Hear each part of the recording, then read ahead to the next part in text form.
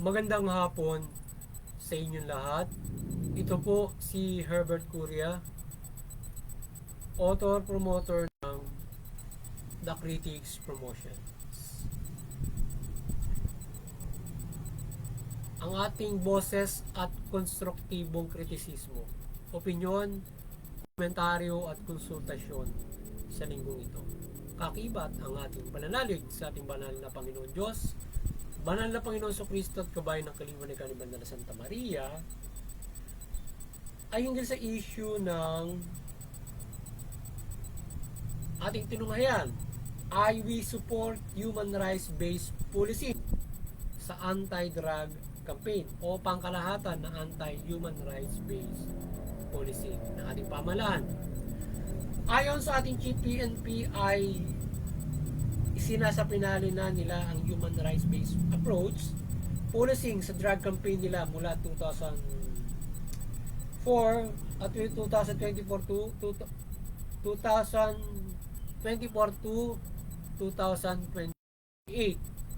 Ang hakbangin na ito ay kanilang dedikasyon sa kanilang trabaho na protektahan ang buhay ng mga tao at panghawakan ang karapatang pantao. So ito yung ating tinunghayan topic ngayon, na kung saan yung ating pamalaan ay yung programa nila ng kanilang anti-drug campaign ay kanilang pinaiigting yung human rights-based policing, na kung saan ito ipinatutupad na noon pa, way back 2010 pa ata yan, na kanilang particular ay kanilang pinag-iibayo ito at isinasa pinali yung drug campaign nila with human rights-based policing, at maraming natin sinusuportahan itong kanilang ginagawang ito at yung human rights-based policing. Ang hakabangin nito ay kanilang dedikasyon sa kanilang trabaho na protektahan ang buhay ng mga tao. So ang hakbangin na ito ng ating administrasyon ay upang ipakita ang makatao at walang bahid na dugo at kaisa ng komunidad sa kampanya kontra droga. So yun. Binuo ng PNP Drug Enforcement Group ang Human Rights-Based Roadmap na ito kontra droga. Nais ng ating pamahalaan na wakasan ang drogang perwisyo sa bansa at kalusugan sa hakbangin na ito. Yan. Ang The Critics Promotions at yung ating People's Anti-Crime Promotion, yung ating Anti-Criminality Promotions, ay mariing sumusuporta sa mabuting pamamahala, patas na hustisya at karapatang pantao. At sa issue ito ng pagbuo ng human rights-based approach against drugs ay ating sinusuportahan ang ating PNP at ang ating Administrasyong Marcos sa kanilang hakbangin na ito na kanilang pinigting ang human rights policing particular sa kontra droga. So yun, mali natin sinusuportahan yung ating Administrasyong Marcos sa kanyang bagong Pilipinas in supporting human rights based policing, particular yung kontra droga na pinag-ibayupan nila ito. So yung roadmap na isinasagawa ng PNP upang marisolba ang droga sa bansa ay naway makatulong at ang karapatang pantao ay lubos na paigtingin at protektahan ng in-suppressing drug crime. So yun, sana ay yung kanilang pagpapaigting na ito ay malaking bagay na mapaigting yung karapatang pantao in aftering or in suppressing drugs in their drug campaign, na kung saan ay para para hindi umiral yung issue na mayroong mapang-abusong hakbangin na uwi doon sa EGK or salvaging at iba't ibang mga krimen na napapabalita at nangyayari or occurrences in drug campaign. So kung paiiralin itong human rights based policing, particular itong sa kampanya ng droga, so may iwasan itong ganitong klase ng mga abuses from the operatives na tumatrabaho laban sa kriminalidad or the entire PNP in implementing human rights based policing, particular drugs, at sa pangkalahatan hindi lamang sa droga. So sana ang PNP patingin yung human rights based policing at yung kanilang PNP ay patuloy nilang magabayan o matrain nila in human rights-based policing. So merong guidebook yan eh. But not just the guidebook na bibigyan mo yung bawat pulis mo in the operations, kundi matrain sila sa human rights-based policing. At kagaya noong ating human rights promotions, so tayo ay sumusuporta tayo doon sa pagpapaigting ng karapatang pantao o pag-train ng human rights sa sa ating PNP. So yung ating PNP kasi noong panahon pa ni ERAP ay nagsagawa siya ng ng EO yata executive order or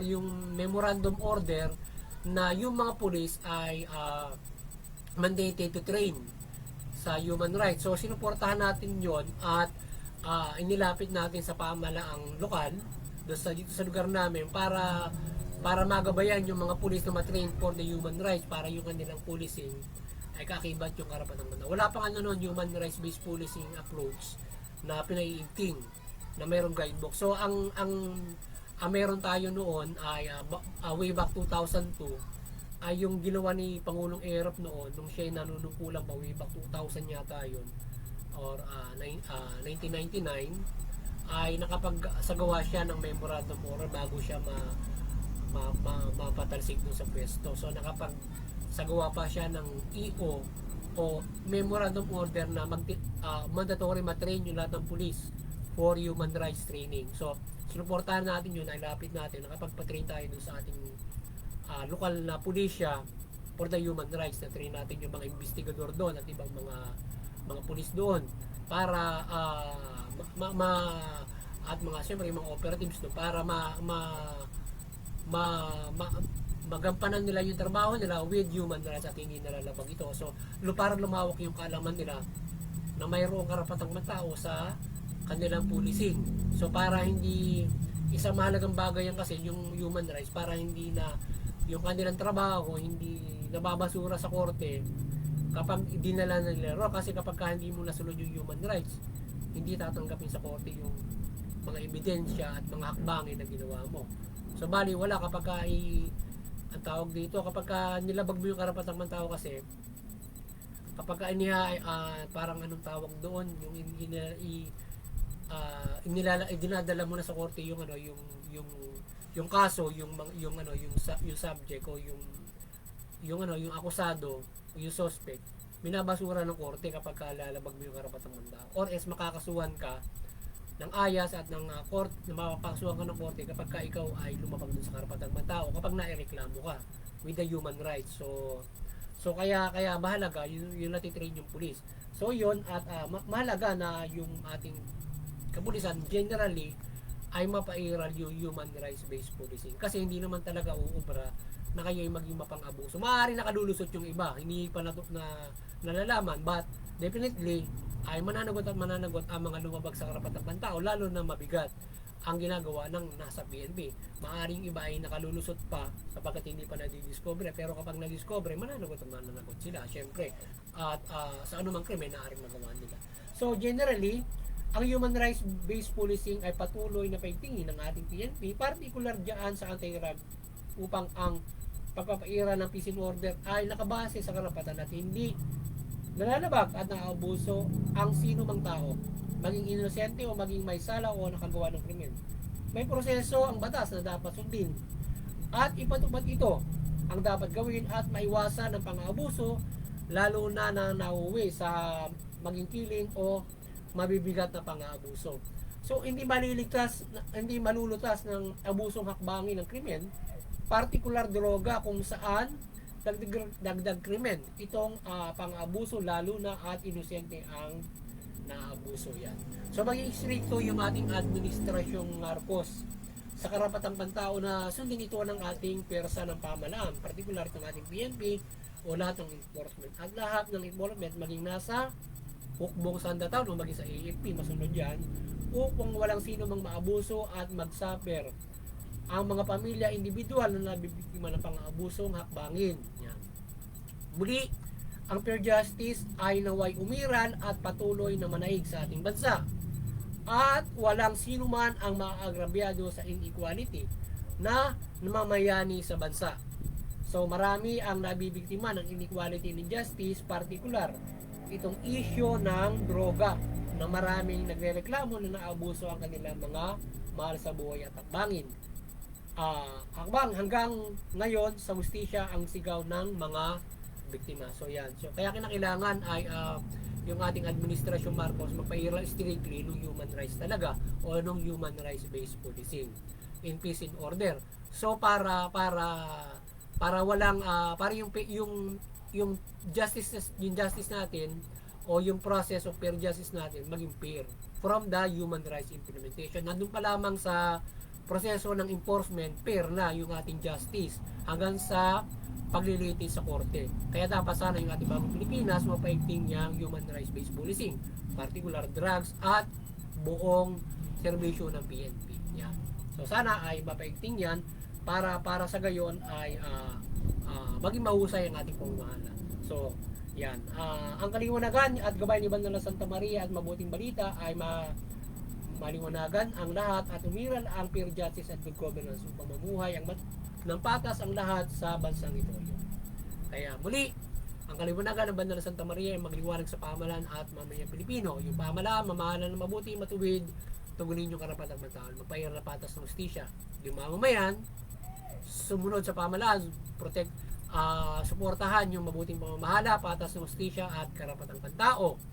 At huwag labagin yung batas, huwag kalabanin ng gobyerno at sila ay sumunod. At sa gayon, ang ating bansa o ang ating community o ang ating lipunan Pilipino ay makapamumuhay ng mapayapa, matuwid at maunlad.